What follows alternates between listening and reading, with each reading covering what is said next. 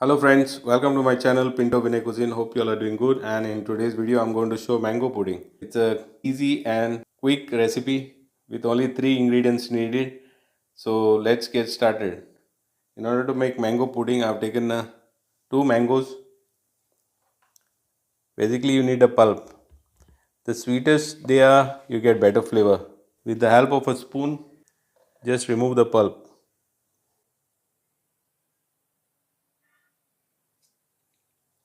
and blend them. So this is the pulp from 2 mangoes. What you have to basically do is you need to blend it with a quarter cup of milk, make a puree out of it. Add corn flour in a quarter cup of milk, 1.5 tablespoon. Mix it and keep it ready. So meanwhile, we'll brush the mold with oil and keep it ready. Now we'll take extra 1 cup, add the pulp, add 3 tablespoons of sugar. Now with the help of the whisk, just mix this and keep this on the flame now and keep mixing it.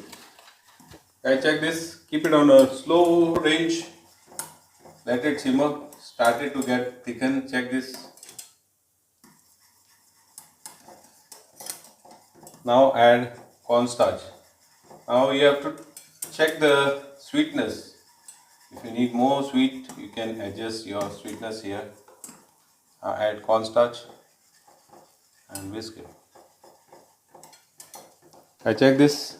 This is ready now. I'm going to switch off the flame. Check this consistency.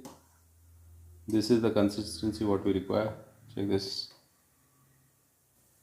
Pour this in the mold.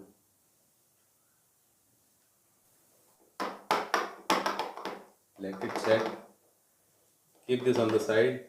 Let it get room temperature before we. Guys, keep this pudding in the refrigerator for at least a minimum of 6 hours.